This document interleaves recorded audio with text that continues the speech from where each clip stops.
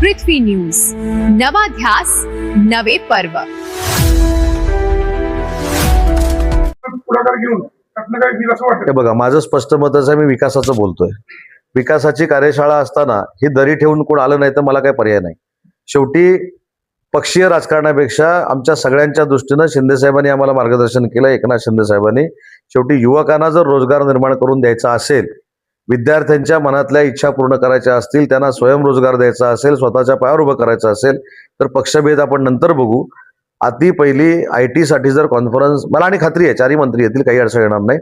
पण आमच्यामध्ये नाही, पण हा आरोप स्वतः शंभूराजेंनीच करतात. विधान परिषद असेल किंवा जिल्हा माझं काय म्हणणं आहे, त्यांचा आरोप हा शंभूराजे साहेबांचा अनुभव असेल.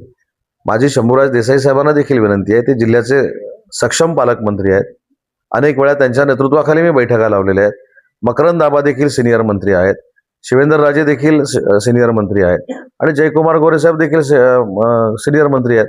अशा गोष्टीमध्ये सगळ्यांनी एकत्र आलं पाहिजे आणि मला असं वाटत नाही, ते सगळे मॅच्युअर्ड आहेत. त्याच्यामुळे साताऱ्याचा, कराडचा विकास होत असताना एखादी जर मिटिंग लावली तर याच्यामध्ये पक्षभेद कोण निर्माण करतील असं मला वाटत नाही.